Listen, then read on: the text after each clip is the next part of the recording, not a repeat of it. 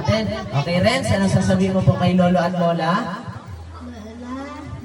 Lolo, kahit birthday ko po, kahit hindi na po ninyo ako regaluhan, ako na lang po magliligaw sa inyo.